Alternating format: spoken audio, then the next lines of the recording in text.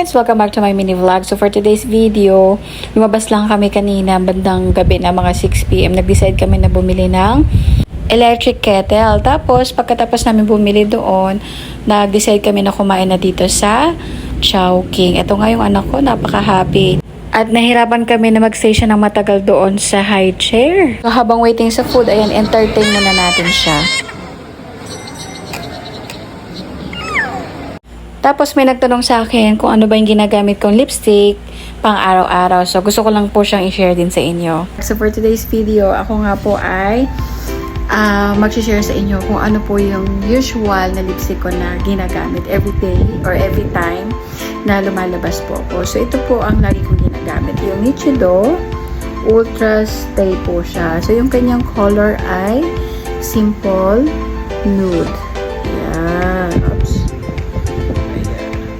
Mahirap. Yan, basta simple nude siya. So, ito pong lipstick na ito ay matagal ko nang ginagamit. At isa pa, napaka-light lang talaga nito. At tamang-tama pwedeng gamit ito sa work. Pwede na siguro ito sa school kung college ka.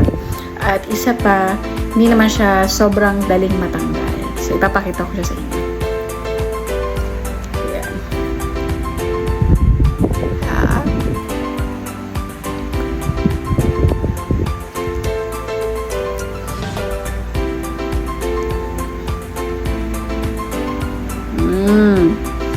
O, diba? Lakas huyo. Ganon. So, kapag nilagay mo siya ng ganyan, ang pakiramdam ko ay napaka-lightweight. Parang wala akong lipstick na nilagay sa lips ko. Tapos, itatry natin siya kung didikit ba siya sa baso, kung matatransfer ba siya pag inom tayo ng tubig, or kung dito sa tissue at dito sa ating balat.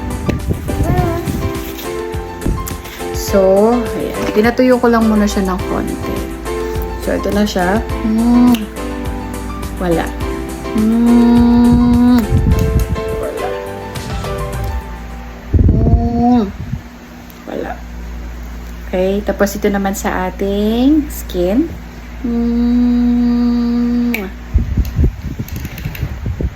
Wala. Tapos, dito naman po sa ating tissue.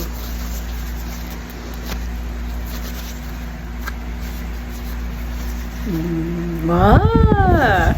Sabihin na po kayo nito sa Nichido. So, ito po siya, Nichido Ultra Stay and Simple Nude po yung kulay na ginagamit ko. Bili na!